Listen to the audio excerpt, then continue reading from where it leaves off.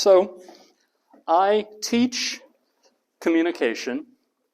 The first class I ever taught was presentation speaking. It's the class I've taught the most often. I've taught it over 120 times in my career. And when you start out teaching public speaking, you usually have one day set aside for how to organize a speech, how to break the speech into main points, and what order the main points should be in. And these days, I don't spend a whole day on that anymore. I did when I began, but I don't now because it only takes about 5 minutes to explain. Because about 90% of the good speeches that I hear all have the same organization. And that organization is just they're organized as a story. So if you're going to give a speech about someone's life history, then obviously you tell it as a story. They were born, they were a young child, they grew up, this is how they died, that's their life. If you're going to give a speech about a current event, obviously you do it as a story. Here's how the event began, here's how it developed, and so forth. But when you talk about scientific phenomena, those are very often organized as a story. If I wanted to explain the human digestive system, what happens when you eat food and what happens as it moves through your body, we would start with the food going into your mouth, down your throat, into your stomach, and it would become a story. Well, what if you're going to give a speech about a completely abstract theory? The best speeches I hear about abstract ideas are organized as stories. Someone had a question, someone attempted to answer it. This is how the theory was developed. These were the difficulties they ran into. Here we are today. Sometimes I hear people do literature reviews, and they'll tell all the major studies as stories. This is the question they asked. This is how they collected the data. This is what they found. And it really seems as though there is something about the human brain and about my brain. I'm going to disclose something to you. I did bring visuals with me, but often I get to talking and I follow the train of my thought and I forget that I have a visual. That was my visual for story. Mom telling story to adorable small child. Okay, at any rate, what I have found in teaching public speaking and in coaching people with their public speaking all these years is it's amazing how many different kinds of messages in how many different situations get organized as stories. Now, about 40 years ago, give or take a year, this man, Walter Fisher, he wrote an essay that was published in the top journal in the communication field. And he said, what I want to do is I want to provoke everybody. I want to shake up everybody's thinking and get people to talking. And so, in his essay, he made the argument that all human communication, all of it, is storytelling. There's no such thing, he said, as communication that is not storytelling. He said because human beings continue to move through their lifespan, from childhood through middle age to old age, everything that you notice, everything that you perceive, you fit into how your life is unfolding. And I don't know if you've ever heard anyone tell a story who's not good at it. And they take a story that should be interesting and enjoyable, but they get bogged down in the details. Anytime you're explaining something, anytime you are putting your experience into words and transmitting it to another person, you're picking some details, you're leaving other details out, and what you're doing is you're trying to make it meaningful as it unfolds. And when you look at human communication, you look at messages as stories, there are really some surprising findings about how human beings take sometimes a confusing world and confusing information that doesn't seem to add up. But when they can distill it into a story, they find it a lot more manageable. It's possible for them to say, this is what this means. And that is what he was talking about when he said all human communication is story. A couple of the easiest examples. Every time there is a criminal trial, there is a defendant who is accused of a crime. Let's imagine, for my example, that this is a trial with a jury, not being decided by judges, but by a panel of people from the community. So the prosecuting attorney then calls witnesses, takes testimony, introduces evidence. The defense attorney calls witnesses, introduces exhibits, and then at the end of the trial, there's all this evidence that the jury has heard, and each attorney makes their closing argument. And in the closing argument, each one tells the story of the crime. Now, it's one event. It actually happened. There's one body of evidence. The jury has heard all of it. But these two opposing attorneys, they tell the story very differently. They pick and choose from all the testimony, from all the exhibits. They tell their own story. Another example of where you can see this, every time there is an election, let's say a major election, you have the speakers for the major political parties, and they'll tell the story of how the country is doing. Typically, they talk about things like the economy, they talk about crime, they talk about education, and whether the world is currently a safe place or a dangerous place. And they're drawing from reality. They're drawing from the same economy, from the same crime statistics, but they pick and they choose. And the one who is currently in office usually tells the story of things are going fairly well, and we ought to continue what we're doing.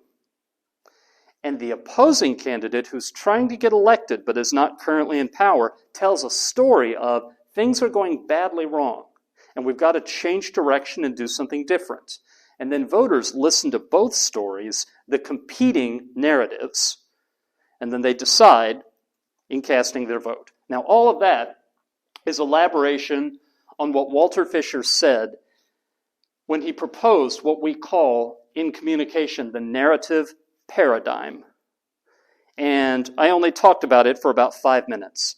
A week from now, we're spending all 90 minutes on Fisher and the narrative paradigm, because he went into a lot more detail about how we evaluate narratives, about whether narratives have coherence, whether they have fidelity, and we're going to get into that.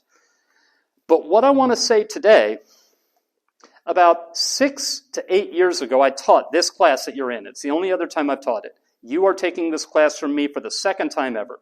And on that occasion, just so you don't feel like this class is unnaturally small, then I only had 4 students. That was my special topics, narrative and communication class in, I want to say, 2014. Now, when I taught it to them, it was an entire semester of just Walter Fisher and the narrative paradigm. He wrote a book. We went through the book chapter by chapter very slowly, and then we did about 6 weeks of case studies. That's not what we're going to do in here. In here, we're going to spend 1 day on Walter Fisher. Then, we are going to move out into a lot of different areas of communication because psychologists, neuroscientists, academics in a lot of different fields, they are finding that there is something about the human brain. There's something about what we do when we communicate with other people. Stories pop up over and over again. We're going to talk about the leading theory of what a human self actually is. When you think of who you are, most people have a story that they've compiled through their life. And if it is a redemptive story, there have been hard parts, but it's getting better, people's psychological well-being tends to be higher. If, on the other hand, it's a story of decline and decay, and you feel like your life has been going downhill, people's psychological well-being tends to be worse. We are going to talk about relational development and how people in romantic relationships tend to have sometimes a shared story, sometimes not, about family stories and about how parents pass lessons down to kids, not only by telling them cautionary stories, but stories about how the family came to be who they are. We're going to talk about culture, how that's transmitted through story. We're going to talk about how to manage conflict. That conflict very often, the two parties to the conflict have a different story of what's happening, and the best way to help people with conflict is to coordinate their stories to where they understand one another's and they're living in one story. Some of the research I think you'll find the most interesting. I teach a class in persuasion, and what we know about human psychology and some of the ways you can overcome people's difficulties and you can persuade them. And one of the most promising areas of research there is something called narrative transportation theory by Melanie Green at the University of Buffalo. And what she's finding is very often stories are more persuasive than any other kind of appeal. And she's examined the use of stories in a lot of different settings. Doctors with their patients, advertising, and she's found there are characteristics of stories that make them more persuasive. So we're going to spend some time on that. For most of the time I've been an academic, it's just sort of been taken for granted that if you need to come up with creative new ideas, you do something called brainstorming. And you get your people together and you think up as many creative ideas as you can. Well, recently, there's been some work that says there's a better way of being creative as a group than brainstorming, and that is, it's what's called telling a divergent story. Tell the story of what you're doing right now, and then try to find a really intriguing story to tell that's almost like an alternate reality. And that, as a method of being creative, is better than brainstorming. Those are some of the topics that we're going to take up in dealing with how storytelling turns up in just about every area of communication. Now, when I taught my special topics class before, they were all communication majors, and that was meant to help them understand things they would take in other classes. So it was a little bit academic, it was a little bit theoretical, it made them think really hard, but at the end of the class, they did not walk out the door and say, okay, now I know what to do. In this class, what I can promise you is every time we take up one of these topics, conflict, persuasion, creativity, romantic shared stories, there will be at the end of it some guidelines. Here are some takeaways. Here are things you can walk out the door and do to make your communication better. Because I know you're not majoring in communication, so I want you to come out of here saying, I have some tips for how I can be more effective in a communication situation. The one more thing that I want to, actually missed a detail. Let me give you one more detail before I get to talking about the moving parts of the class, the assignments and so forth. Actually, no, I'm going to save that for next week because that didn't fit that well today anyway. Okay, let me tell you what the two assignments are going to be. Assignment number 1. I have gone out and I have found studies published in journal articles in various different academic fields that use Walter Fisher's narrative paradigm. There are, as a matter of fact, let me pop out of this real quick and get into Moodle. Actually, I don't think I can get to Moodle from here, but no, I'm not going to be able to do it. If you can get into Moodle, you'll see that I have a list of articles, and they're from a number of different academic fields. And what I want you to do is pick the one that sounds the most interesting to you.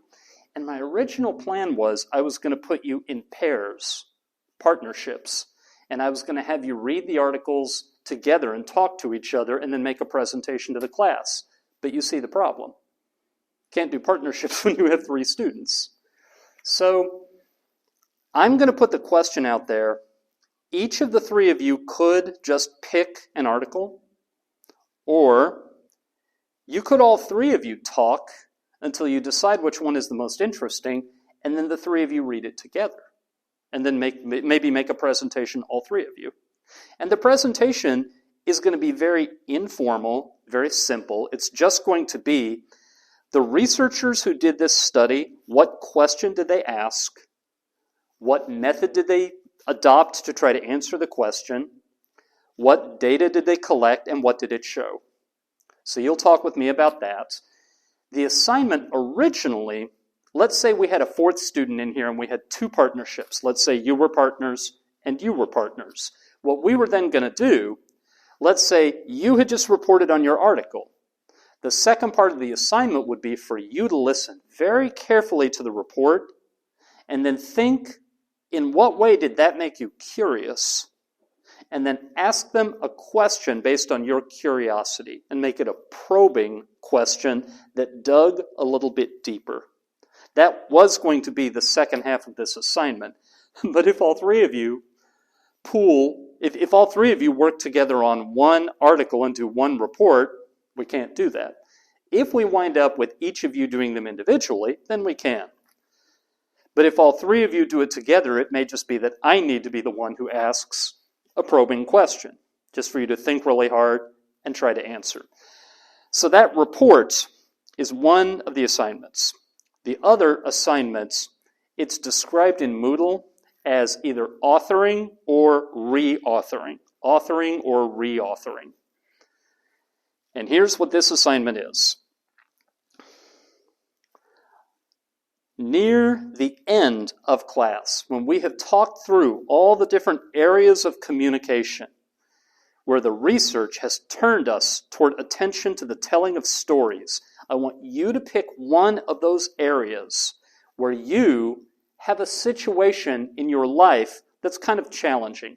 Now, not one that is deeply private, because you will be coming to class and talking with us about it.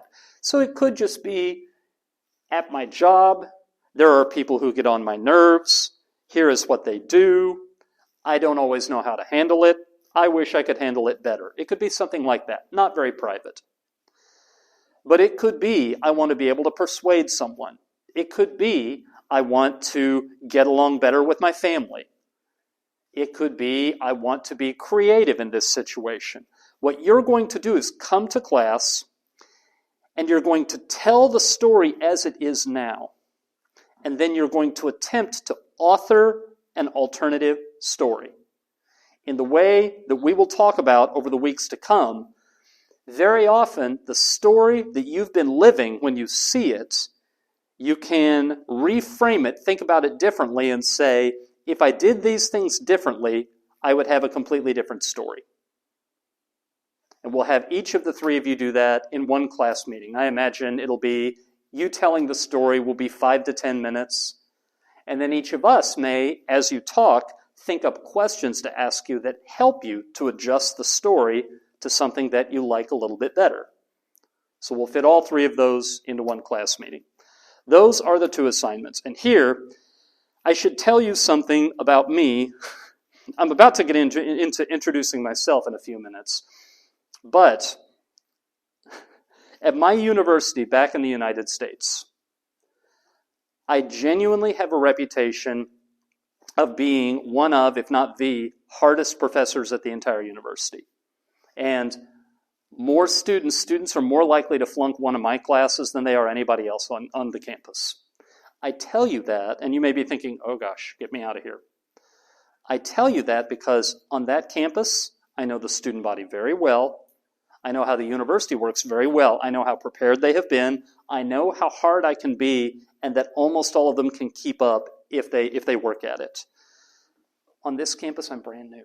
I don't know you at all, and I'm not going to come in here and be a difficult professor with you. That's just not appropriate. If I had been here for years and years and years, and I knew where you were developmentally and what you were ready for, yeah, I'd be tough. But I'm not going to be. These two assignments I've just described, they're not very rigorous, and I'm not going to grade them very hard.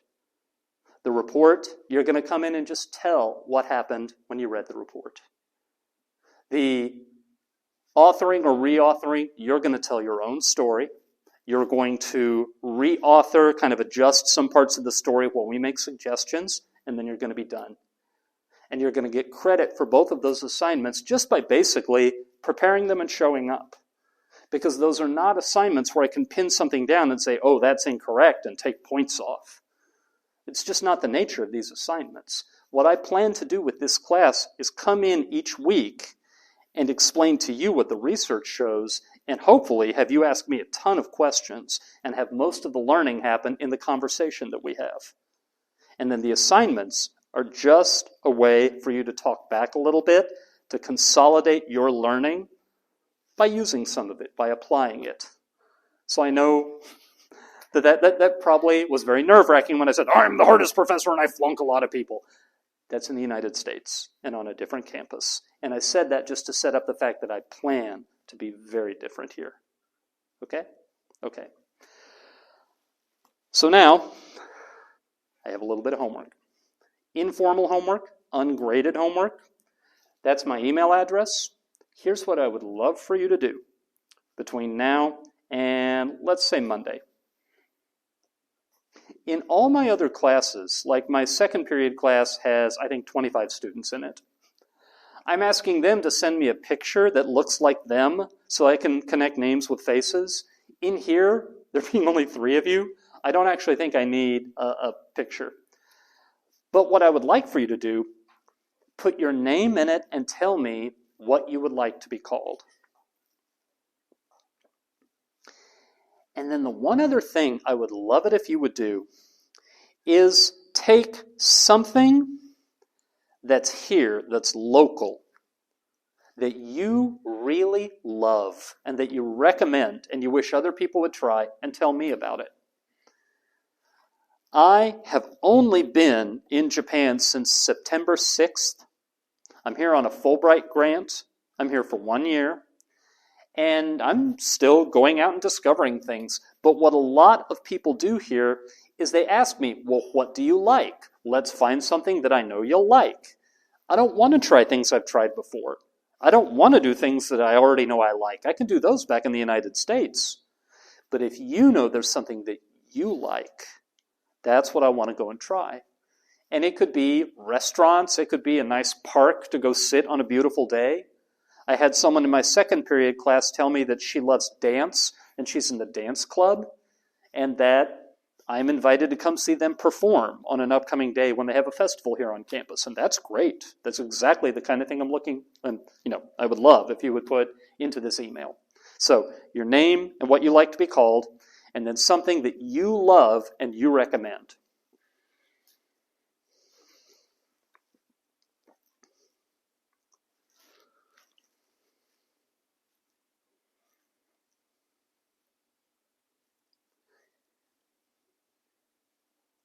And I have this thing I do whenever I see students writing, is irresistible to pause and let them finish before I keep going. So, all right. So, my name is Doyo. Now you can see from that it's spelled Doyle. But here's the thing. I am originally, you're going to find out in a few minutes, I am originally from Texas. And in the United States, people from Texas cannot pronounce my name right. I've lived in Texas most of my life. People talk like this, and that's not an exaggeration. And whenever they say my name, they don't say Doyle, they say Dowell. So I've gone most of my life hearing my name mispronounced. Small children, when they try to say Doyle, it almost always comes out Doyo. And so I've always thought it was kind of cool when people call me Doyo. And some people I've known since they were children, they've grown up and they still call me Doyo. And the thing about Doyo is it doesn't have an L in it, and L's and R's can be very difficult. Now, there are some students who are so good at English that they can nail the L, but if they call me Doyle, then anybody who has a hard time with it, that kind of puts the pressure on them. So what I've asked is if everybody would just call me Doyo. That's honestly the name I like better. So, first thing, please call me Doyo. I'll get to some of this later. I have 3 things I want you to know about me, and I am going to talk about some misunderstandings, and then I'm going to give you the truth. The first thing that you should know about me, you figured out, I'm from the United States. I'm an American college professor. And so one misunderstanding is that college professors sometimes think that they have all the answers. That I know absolutely everything, I can explain absolutely everything, and if you disagree with me, then you must be wrong. But here's something you should know. I got into being a professor when I was 12 years old. I joined the debate team, and I was on the debate team through junior high, high school, through college, in graduate school, And my first job at a university, I was Arizona State's head debate coach. They had a team with 30 people on it. They had a budget that was over $1 million. We traveled internationally to compete. And I did that for 2 years and realized that that was absolutely the wrong job for me. But what it means is I do not necessarily, on a lot of issues, think that there's one right answer. And if you are hearing me explain something and you think, well, wait, what about? I might think that's a really good question. I love it when people disagree with me and press me on things.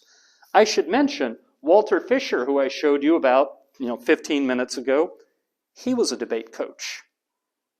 He arrived at his understanding of communication after studying how people argue when they disagree. So, I do not think I have all the answers.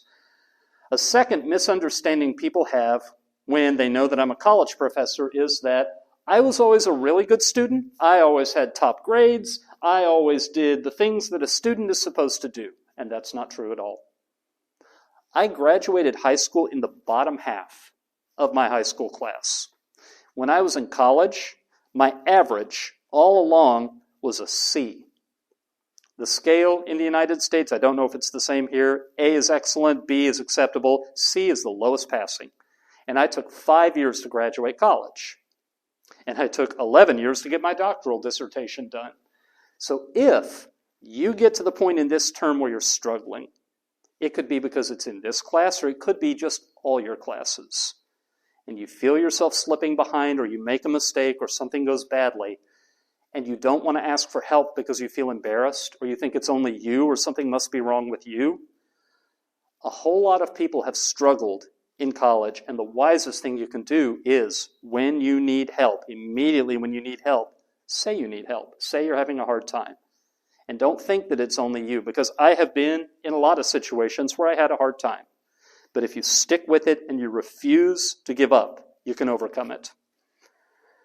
Third thing that is a common misconception, some people expect college professors to be very formal, to be, and I've heard that a lot of Japanese professors, not all, but a lot of Japanese professors are very formal. I don't know if you can see, but I have Asics on, running shoes. I don't know if that's the kind of thing that a professor typically would wear to work. But in the United States, professors have a little bit of a culture of being very informal. There is a sociology professor named Larry Greil who once a year, just to entertain his students, will dress up as a Smurf. Now, I don't necessarily go that far, but I have heard Halloween is a very big deal in Japan, even bigger than in the United States. I have a Charlie Brown shirt. And I have had people draw the curl on my forehead before, and I have taught class for the day as Charlie Brown. And I can draw a mean Snoopy. All that to say, something that turns up in the culture of being college professors, American college professors very commonly are a little playful and not very concerned about correct appearance. Another misconception, possibly, there are a lot of American college professors who primarily are concerned with research. In the United States, most professors are expected to publish in academic journals, multiple articles a year, and if they don't, they may find their pay gets cut. They may find that they just get their university fires them. But I, in the United States, teach at a teaching college where what I'm rewarded for is trying to make the best learning environment I can. I don't know if you've ever had a professor before who comes into the classroom and just puts up PowerPoint slides that have a lot of text on them and then basically just reads the PowerPoint at you. You may have noticed already that my PowerPoint slides don't have a lot of text. I started off class today saying that I teach public speaking a lot. And this is not just my imagination or my grumpy opinion. PowerPoint slides with a lot of text on them are terrible. Nobody should do them. Not professors, not business people, nobody. John Sweller at the University of New South Wales is the man we can thank for cognitive load theory. And he has demonstrated with rigorously collected data that when you put words on a slide and you read the words while expecting the audience to read them, that's the worst possible condition for them to understand what you're saying. If you would put the words on the slide and then shut up and let them read them, that would be okay. If you would hide the slide and then talk directly to your audience, that would be okay. But words plus you talking is a train wreck in the brain.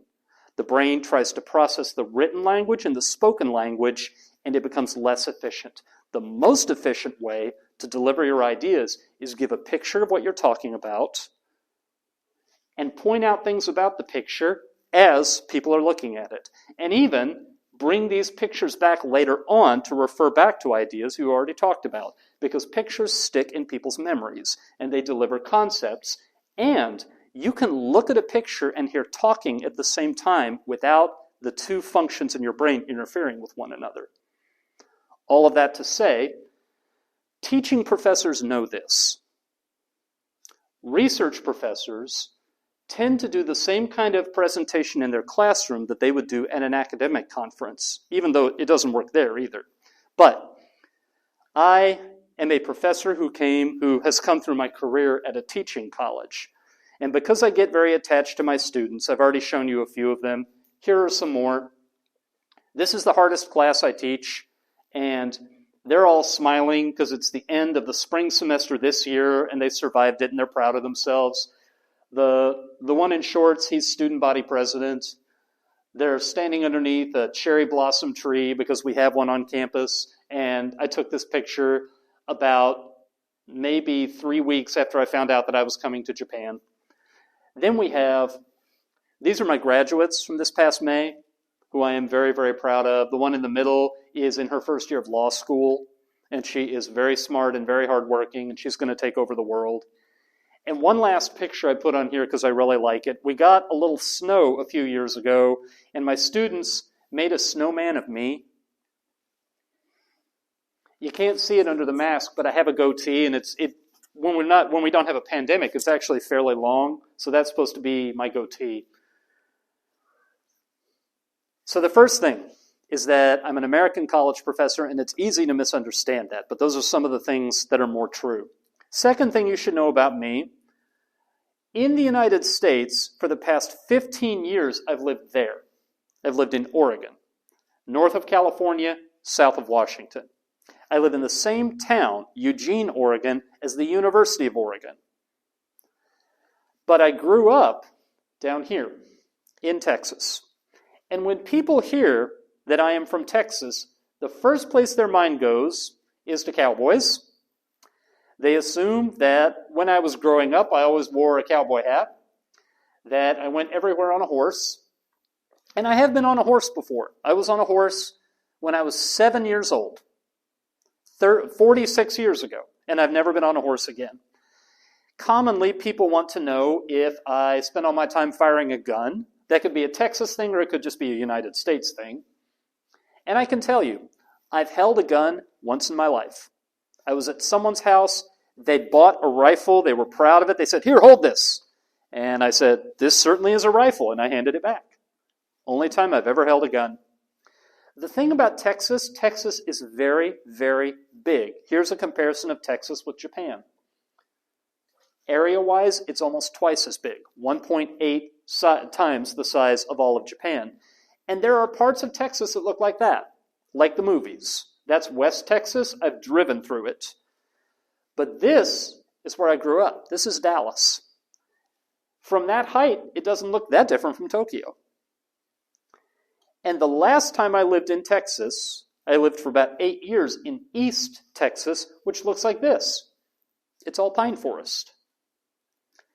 And if it just so happens that any of you happen to know Beyonce's from Texas. So Texas is not all deserts and cowboys. It's a big place, and it has a little bit of everything. Now, what is true of Texas, because I've been spending all my time on what's not true of Texas. Here's what is true. Hawaii and Texas are the two states out of all 50 that were once their own country. Hawaii was a kingdom. Texas was a republic. It had its own money. That kind of lives on in the way Texans think about their state. I sometimes think Texas is to the United States as Japan is to the world, because Texans love the rest of America, very patriotic, but Texans also pull back and keep to themselves a little bit, and where we are different, we sometimes think we're a little better. Here's an example I can give you. In most countries, the way electricity works, you put in your generating stations and all your power lines, and there's a grid, and the power goes where it's needed. So in the United States, if Oregon has a lot of people using a lot of electricity, some of it might come from California and some from Washington, but not in Texas. Texas, the electric grid is not connected to the rest of the country. The power lines stop at the state border. Not perfectly at the state border, as you can see around the edges, but mostly. There's a cutoff point where they don't accept electricity from other states, and they don't send electricity to other states. Now, why would you care? Well, back in February of last year, February of 2021, there was an extreme burst of cold weather, and there were blackouts all over the state. And inside people's homes, their toilets were freezing. And someone posted a picture of a bottle of olive oil that froze solid. And that was happening inside people's homes. And all the surrounding states had enough power. The grid handled the demand. But Texas got overloaded. And they couldn't bring in any power from anywhere else because we're Texas, darn it. We're not going to connect up with these other states. We were once our own country. We're independents. Another thing that's true of people from Texas is that we tend to be when we talk, we tend to be very direct. We tend to sometimes almost be blunt. And sometimes we hurt people's feelings. So when I moved out to Oregon and started teaching at Bushnell University, I had been there about a year, and my boss had a little talk with me. And he said, "You've really been doing what I just described. You've really been kind of hurting people's feelings a little too much. You really need to be a little more gentle, a little more diplomatic." And that's what they thought of me in the United States. And now I'm in Japan. And it's making me a little nervous that I'm going to be guilty of speaking my mind and just say things like I think they are. And so the guidance I would give to you, the advice I would give to you, if at some point you're talking to me about the class and I say something and I'm a little too forceful and I hurt your feelings, explain it to yourself possibly. Think about it as, that's not how he feels about me. That's not how he feels about my work in the class. That's him being a Texan. He was brought up in Texas. That's the way they talk. And it's not about me. That's just how he is. Okay? Okay. Third and final thing. You've heard I'm an American college professor. You've heard I am a Texan. The last thing is I am a Christian. And I'm going to talk here for a little bit about Christianity because, not necessarily because every time I get a captive audience I try to turn people into Christians. That's not my purpose. But I can show you in the research into communication, and in particular intercultural communication, a lot of the differences have their roots in the differences in religion. That doesn't mean you're going to come to class and every week I'm going to open up the Bible and tell you a Bible story. That's not what I'm going to do. But you will understand some of what's going on if you understand what its roots are. When I taught the special topics class previously, one of the case studies we did was the book of Revelation, the last book in the Bible. Because that book, a whole lot of people completely misunderstand it. When you understand that it's just two competing narratives, and that's all it is, then the book suddenly makes a ton of sense. So, I'm going to give you about my 2-minute version of the basics of Christianity, and then I'm going to do what I did with the other two topics, American college professors in Texas. I'm going to give you the misconceptions. So, the about 2-minute version. Christians believe that there is a creator who created everything and everybody. Christians believe that the creator wants a relationship with each individual person. The creator is perfect in power, so there is nothing that the Creator cannot do. The Creator is perfect in knowledge, so there's nothing that the Creator does not know. The Creator is perfectly loving, always does the most loving thing that it is possible to do. And the Creator is perfectly good, does not tolerate any kind of wrongdoing, doesn't do wrong, doesn't permit anybody else to do wrong. So anyone who's guilty of any wrongdoing cannot be in the presence of the Creator. But that makes a problem, because the Creator loves us and wants a relationship with each of us, and we're all guilty of wrongdoing. So which one is the Creator going to give up, being perfectly loving or being perfectly good?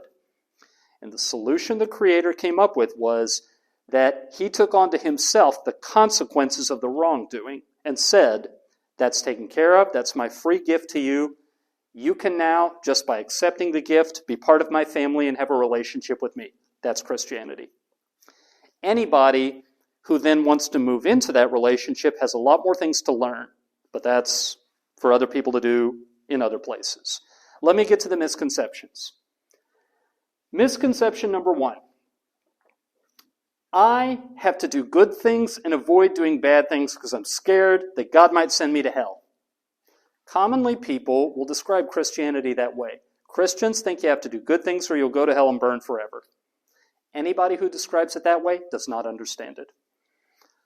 You all had parents. I hope you had a good relationship with your parents. It's not always true. If you did, probably to this day, there are things you do because you know they would make your parents proud, and there are things you don't do because you think that's not how my parents raised me. They would be disappointed if I did this. And you make choices because you want to honor them. And you make choices because you know when they're proud of you, that makes you feel good. And Christianity is on the basis of a relationship. And you do good things if you know God has taken care of the consequences of your wrongdoing, and he gave you that as a free gift. So now, when you can do things you know will make him proud, you do those things. And when you are tempted to do things that might bring him pain, you don't want to do those things. So that's misconception number 1. Misconception number 2 is that Christians are anti-science. You've already heard me say that my academic field is argumentation. Argumentation, the field, is about what kinds of evidence are good evidence, what kinds of claims are rational and logical and people ought to believe them. And apart from me, I have very good friends who are professors of chemistry and biology and math and physics who are devout Christians and see absolutely no conflict. This is Francis Collins. In the United States, he's the director of the National Institutes of Health. He's one of the leading researchers involved in the sequencing of the human genome, and a devout Christian. And he doesn't see any conflict between his Christian faith and science. Now, there are Christians who are skeptical of science, and there are Christians who say science is anti the Bible. But I got to tell you, there are Christians who say a lot of dumb things, and I wish they wouldn't. There's nothing about the teachings themselves that are anti-science. A third misconception. If I have religious faith, that means that I am effectively in the same pool as the Unification Church, or the Jehovah's Witnesses, or the Latter-day Saints, also called the Mormons. Here's what I have to say about that. My friends who are biologists and chemists and physicists, one thing they really, really hate is junk science. When people use scientific-sounding language to try to be impressive, but the things they're saying scientifically make no sense. There is junk science. There's also junk Christianity. And sadly, there are groups that call themselves Christian and use some of the language. But if you were ever curious about it, I could walk you through how they just absolutely are not. And they create a lot of confusion. But the short version of it is, what I believe has nothing to do with the Unification Church, has nothing to do with Jehovah's Witnesses or Latter-day Saints at all. The fourth misconception is that I am different from you because I worship. This is something that Christians do. Christians worship. If you don't worship, you're not a Christian. But I got to break it to you. Everybody worships. Everybody. Atheists worship. Because the word properly understood refers to this. Everybody has multiple things in their life that they do, and some things are higher priorities than others. Whatever is your top priority, the proper word for that is you worship it. I've known people who, when they have kids, when they have children, their children become the top priority in their life. They are worshiping their parenthood. I've known musicians who devote everything in their life to their career and to their art. They are worshiping their music. I've known athletes who want to become the best athlete they can possibly be. And they turn everything else in their life to try to get there. They are worshiping their sport. I have this relationship I already described to you, and the other things in my life, I turn to serve that.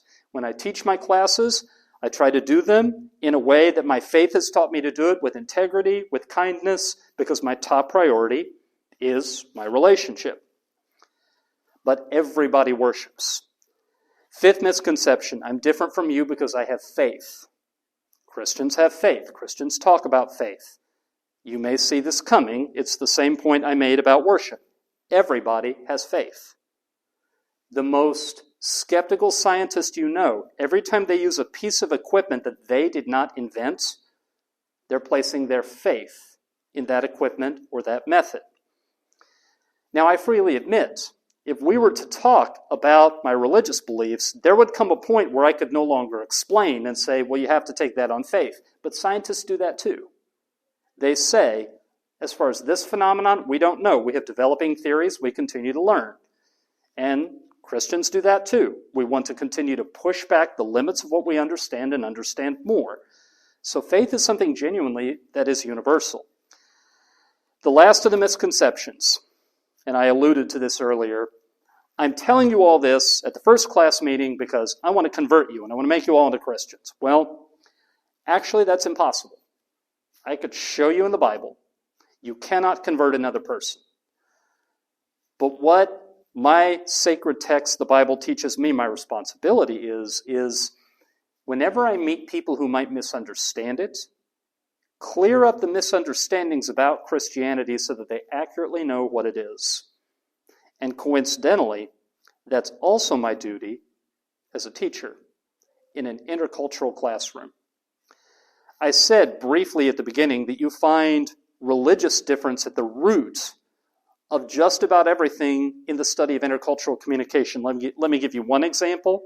We may have other examples as we go along. The single biggest difference between Japanese culture and Western culture in general, and especially the culture of the United States, is the distinction between individualism and collectivism.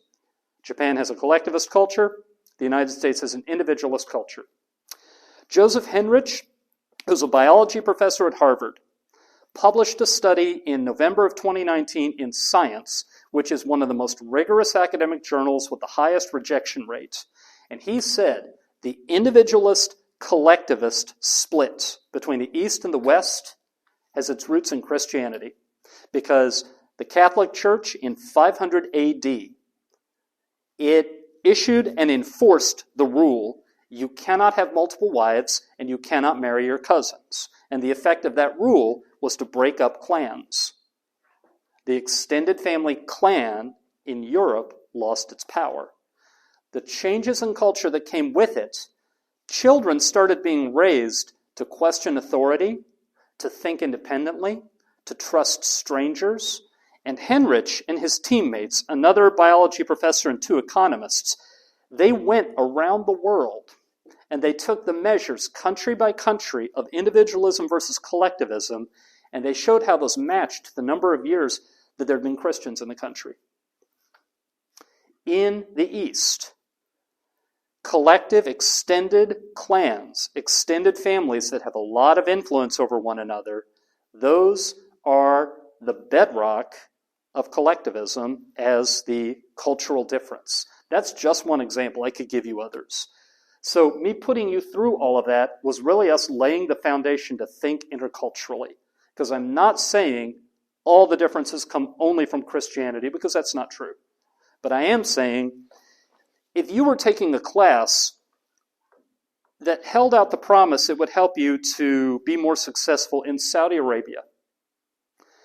And your professor was from Saudi Arabia and was a practicing Muslim and said, one of the things that will trip you up in Saudi Arabia is if you don't understand Islam. And there are common misconceptions, and I'm going to explain them to you.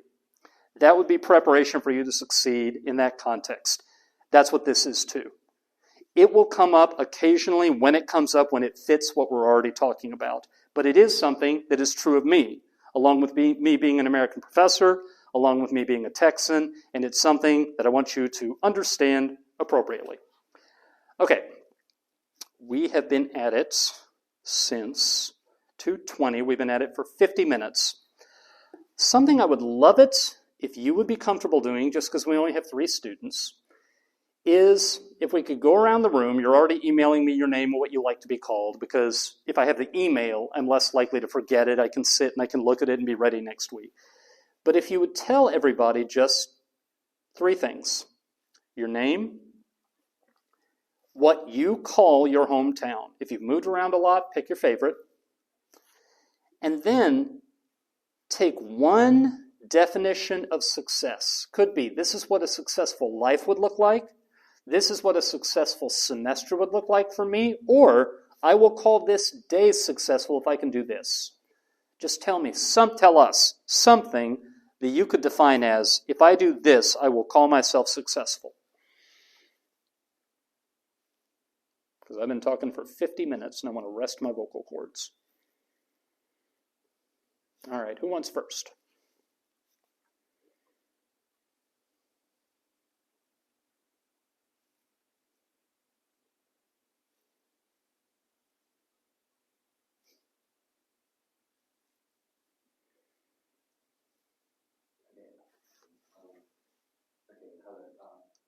My name is Yurta. I would say my hometown is Tokyo. Okay. Especially Tokyo City, which is famous for literature and many authors. Nice. So success. For success, I think it's equal to when people feel satisfied with their own life. Good. I think that will be success. Sure. Yeah, that's it. Thank you. Okay. My name is Miley, and I live in Europe with my family. Very good. And I can call myself successful if I can find anything I can laugh or anything I can feel happy. Oh, good. It can be anything like a feeling of a person, Sure. or some part of a thing. I love it. It can be anything. Very cool. My name is Rico Fujinando.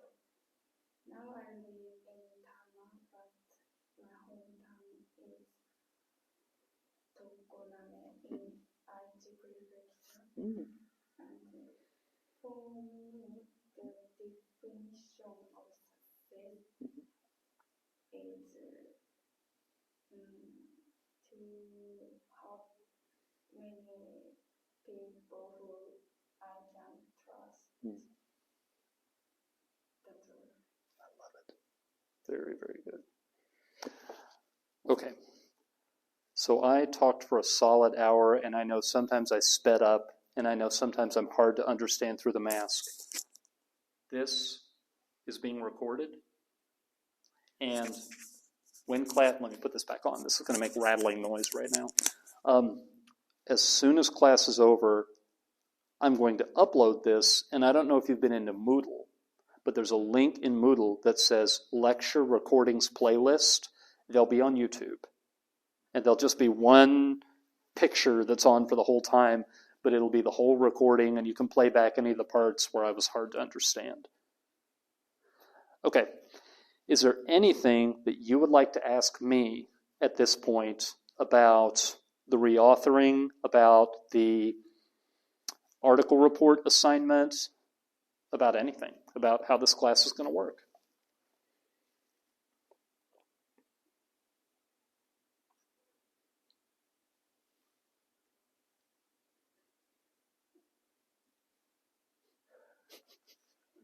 I'm wondering why you label this class as American Studies. Right.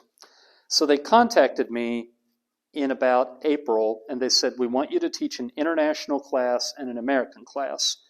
The international class, I'm teaching nonverbal communication, and you can't teach nonverbal without looking at how nonverbals are different all around the world. It just lends itself to that. Walter Fisher made his claim about narrative, about all communication being narrative, and it's really surprising how slow it's been to spread. There are communication researchers outside the United States, and there are a few who've dealt with narrative, but really not that many. It seems to be kind of peculiarly an American idea.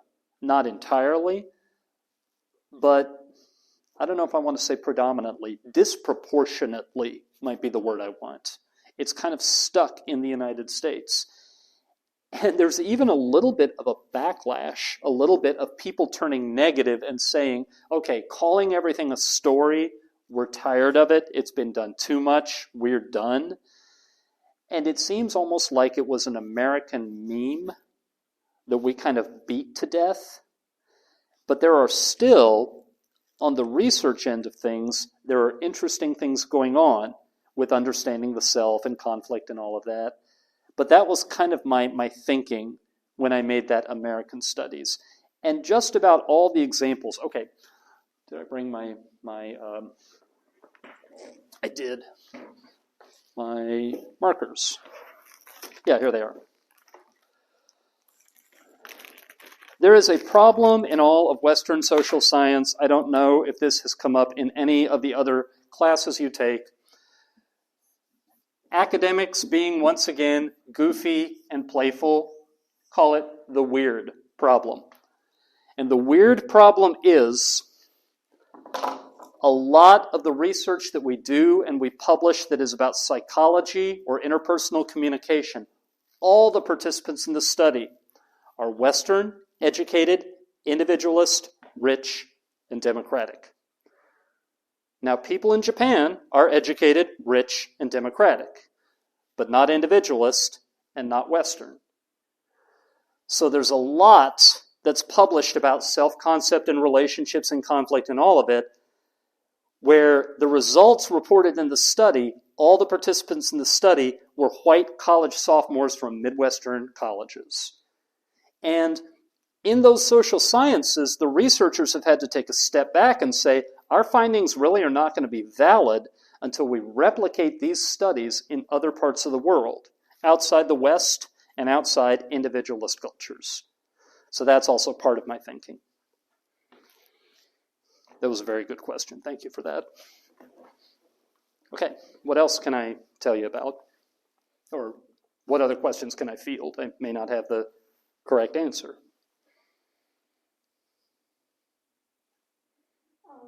In your daily life, when you argue with your family or friends, you feel you're stronger because you learn about communication? That is such a beautiful question. Do you know what they say to me all the time? They say, don't you use your debate tricks on me. And even more, in the past couple of decades, it's become, don't you use your professor voice on me. When I was very young, and maybe you had a similar experience, or maybe the way Japanese families often bring up children meant that your experience was different. But when I was young, I got mad a lot. I would call names. I would say nasty things. I had a hard time controlling my emotions. The more I learned how to put what was happening into words and to do it calmly and to listen to other people, my arguments actually got calmer. And I think most of the people close to me in my life say that I'm a much nicer person now, and it's easier to get along with me. Because if something is wrong, we can talk about it, and we can stay completely calm while we do it. So that's something that learning communication research really helped me with. It's a very good question. Okay, yeah, It's okay if you don't have a question. This is the floor being opened for questions.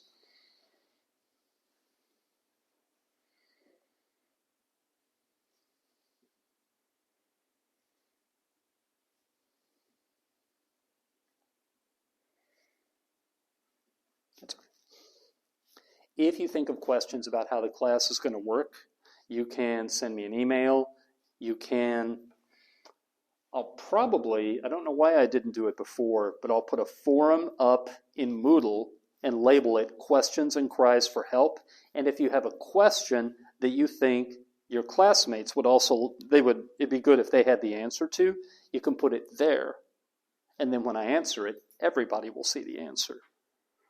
So that could be a way you could be really helpful to the other 2 students in the room. All right. Well, if you feel confident and comfortable that you know what happens now with the class, between now and next week, nothing is assigned. Let's see, how long can people add classes? When's the cutoff date for that?